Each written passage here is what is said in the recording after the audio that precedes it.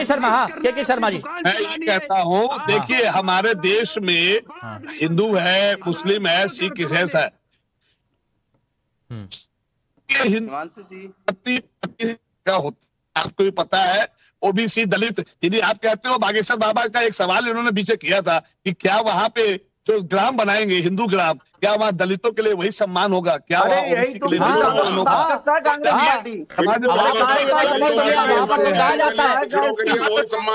पंडित धीरेन्द्र कृष्ण शास्त्री ने अलग अलग जगहों मंचों पर हिंदुओं की बात करी है, उन्होंने यहाँ पर दलित और बाकी शूद्र ऐसी कोई बात नहीं करी। वो तो हिंदुओं की बात करते हैं, हिंदू एकजुटता की बात करते हैं। पद्धति है, कांग्रेस का विचारधारा है। एक एक करके अब मैं एक से बात कर रहा हूँ, देखो अंग्रेज की नीति में आप ये मुस्लिमों में जो बात बोल रहे हैं कि मुस्लिम लोग शिया सुन्नी से पक्षपात करते हैं, तो शर्मा जी नहीं होता क्या? बताइए, नहीं होता क्या? नहीं होता क्या? नहीं होता। मैं आपको वो फोटो सेंड करूं? मैं आपको वो फोटो सेंड करूं क्या? नहीं देता। मैं वो फोटो सेंड करूं जिसमें बोर्ड में लिखा रहता है? अरे भाई मैं क्या कह रहा हूं, अगर जाहिल लोग एक दो आ जाएं वो मिसाल नहीं बनती। अरे तो वो एक दो जाहिल लोग अगर बोर्ड लगा देते तो वो बोर्ड गिराइए ना। कोई जंप कर जाए तो इसका मतलब ये थोड़ी है कि सारे लोग रेड लाइट जंप करेंगे, वो बहुत अच्छी बात है, उसका चालान कटेगा।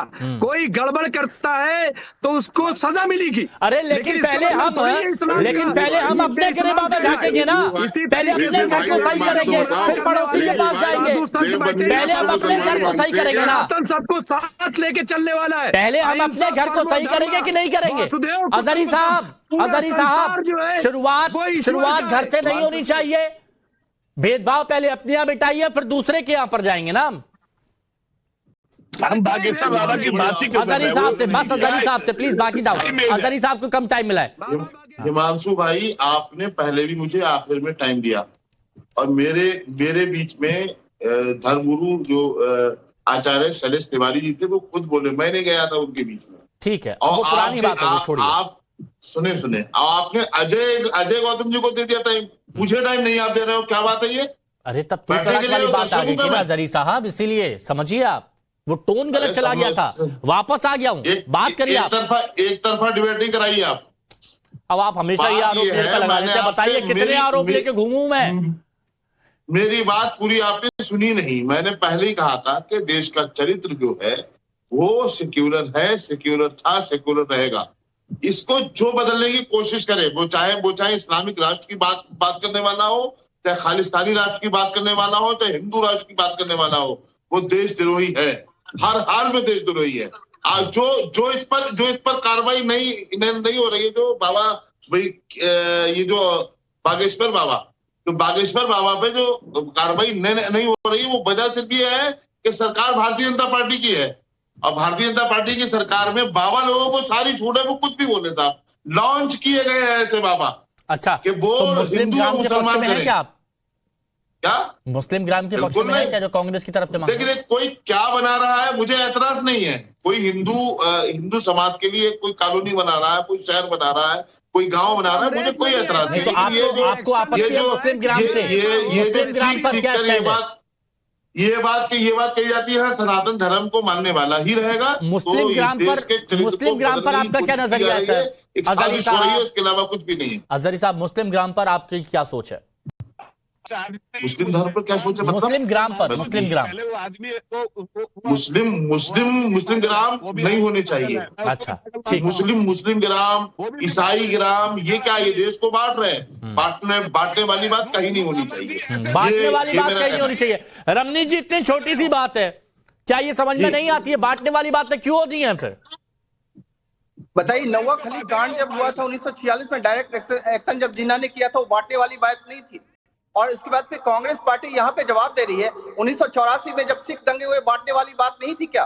उसके बाद फिर लगा 1971 में बांग्लादेश को जब पाकिस्तान से अलग जब किया गया, तो बांटने वाली बात नहीं थी। यहाँ पे बात स्पष्ट है कि बाबा बागेश्वर की नीयत साफ है स्पष्ट है। हिंदू सनातन संस्कृति को, वैदिक परंपरा को यदि आगे बढ़ाना चाहते हैं, मुझे लगता है उसका हम स्वागत करेंगे और पुरजोर स्वागत करेंगे। अच्छा चलिए ठीक है, अच्छा चलिए ठीक है, अच्छा ओके। अच्छा ये बताइए अजहरी साहब, अच्छा एक मिनट प्लीज सबको डाउन। अजहरी साहब एक सवाल बहुत शॉर्ट में। अजहरी साहब ये बताइए, क्या आप वहां पर जो वो बाबा बागेश्वर कह रहे हैं कि 1000 घर बनवाएंगे, वहां पर आप एक घर लेना चाहते हैं?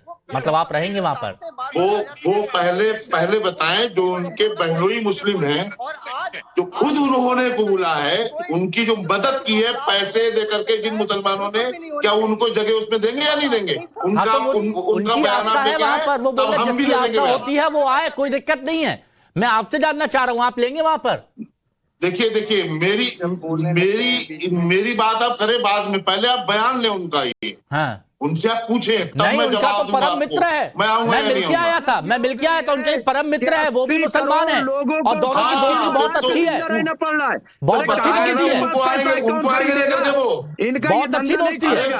अरे वो पंजाबी कर दिया भाई, वो मानते हैं, उनकी आस्था है। बाबा एहसान फरामोश है, बाबा वो सारा माल जो है बाबा अंबानी के पास